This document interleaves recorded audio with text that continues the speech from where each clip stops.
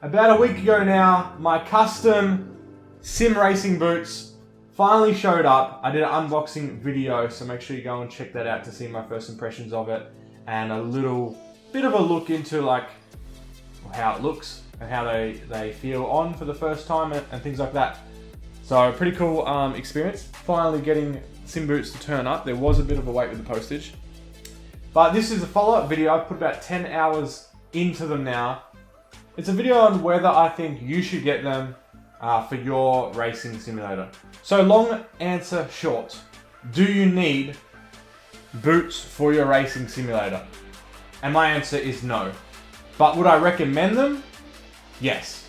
Now one thing that happened when I first put the boots on is it changed everything about how I was driving really and my placement with the pedals, and I wasn't aware that previously I was making an error every time I put my feet on the platform. So that's going to have its own video coming. It will be titled Sim Racing Boots Changed My Whole Driving Style or something like that. It will come up after this one, probably next week or something. Let's first of all, before we get into whether I think you should get your own, let's get into my experience with them and how they feel on. So very comfortable, and they offer a lot in the sense of your, not aggressiveness, but your ability to really get the maximum load out of the pedal. So I have load cell pedals here.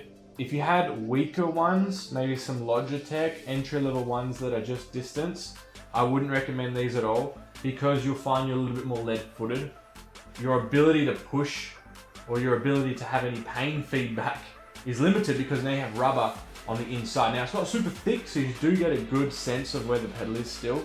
But I do find myself being able to max out the pedal way easier. I just feel way more aggressive on my ability to be aggressive on the brake, get to that threshold quicker, and things like that. Now it was a bit of a learning curve because of that ability to be more aggressive.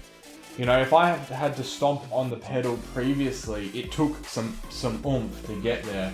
So I might have to turn my load cell up a little bit, and I'll test that this week. But they feel really comfy.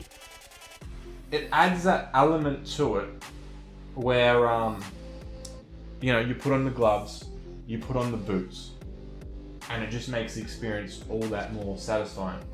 And as corny as that may sound, isn't that what we are trying to achieve? Isn't that the reason why people spend so much money on their thousands of dollars worth of simulator rigs? Triple monitor, so you get the peripheral vision, the highest quality wheel, the best pedals with the fidelity. Now that makes you quicker, yes, but a lot of it is debatable on whether it's worth it or not for actual pace.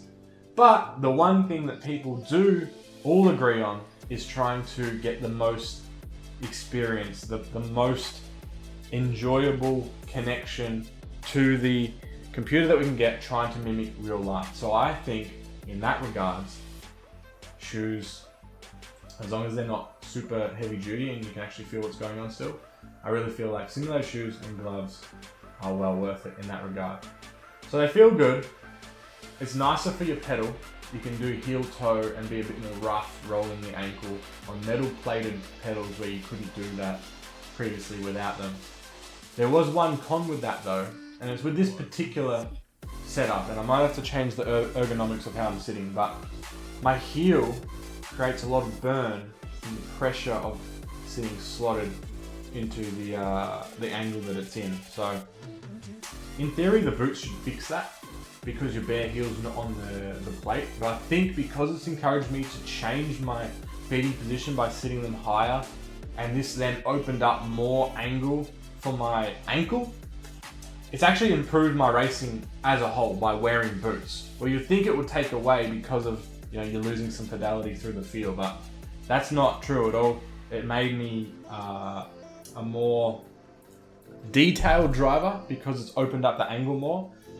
Although now we have to change the heel thing. The good thing about the boots is, whereas they may have created this problem themselves in this regard, a lot of people have this without the boots and just because of metal plates. You can either put some foam on there, or even better with shoes is I could put something in there if need be. But with some different shoes, If they have padding down the back, that's something to watch for yourself, although this one has a bit of a cutout where it's meant to sit. So I guess it comes down to the interior of the shoe, the sole, whereas there's nothing much right down the back of the sole. Not that you'd be able to see anything, but down here it gets quite hard right at the back of it, and that's where it's all resting. So something soft in there would be good. But I started the video off by saying, do you need them? No, you don't, especially if you have the, like I said, the softer pedals that get based off travel. Not like Fanatec V3s or anything even better than those in the sense of more pressure, more detailed load cell. If you don't have those, the answer is no, you don't need the boots at all. But that aside, if you've got load cell pedals, something that can require a little bit more oomph there, and I really think it's the biggest upgrade you'll get, so I really recommend going down the route of spending a bit of money on the pedals, getting, you know, there might be $500, that's what I paid, but it really does, one, make it quicker, two, add to the experience. So it's ticking both of those boxes when it comes to sim racing, so that's like 2 out of 2 in my opinion, well worth it. Then, do I recommend the boots? Yes. A couple tips to round it out why, a couple summary points that we've kind of talked around. But first of all, adds to the experience. 2, it may change your whole driving stance like it did to me, or driving style in the way that your feet are positioned. A little bit more detail on why that happens.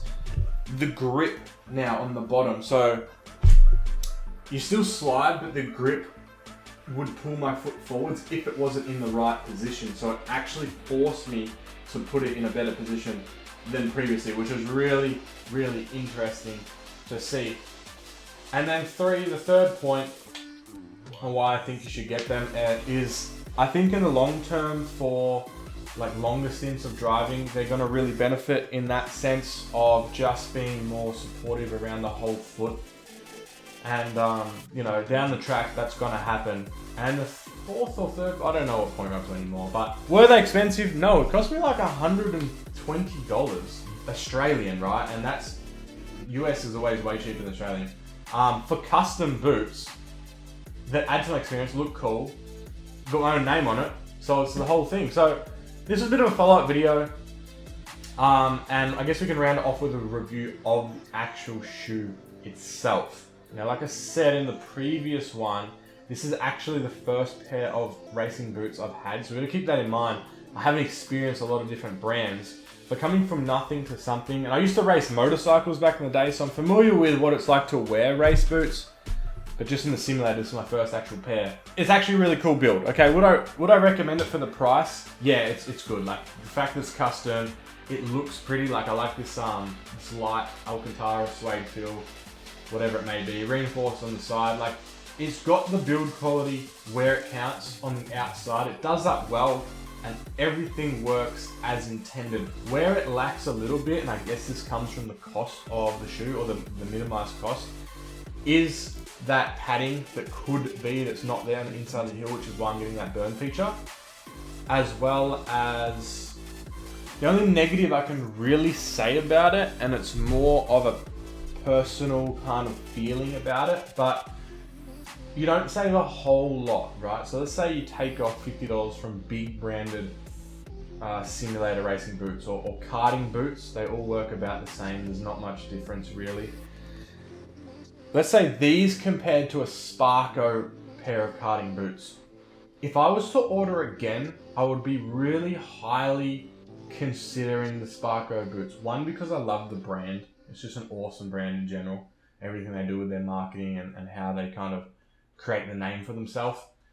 But the other big point is the focus here was getting a custom boot, whereas I think the build quality of a proper big brand that everyone knows, they got there for a reason, would be better, and small things that you wouldn't be aware of in a cheaper boot would you know, maybe be done even a little bit more better when it comes to a proper Sparko pair. So if I had to do it again, the custom stuff isn't super important. It's really nifty. I like it. I'm very happy with these. But if I was going to buy another pair, would I just go bam, buy now on a different color scheme ready for this? Maybe not. Maybe I'd have this pair as well as my, you know, Sparko pair or whatever on the side. So that's kind of my follow-up video. I guess it's a review, but it's not super detailed really, is it? It's more like a rambling video. Worth getting some boots yourself. Watch for the follow-up video coming on how it changed in detail my driving style and how it actually made me a better driver. And with that said, hope you have a great weekend. I will see you guys next time.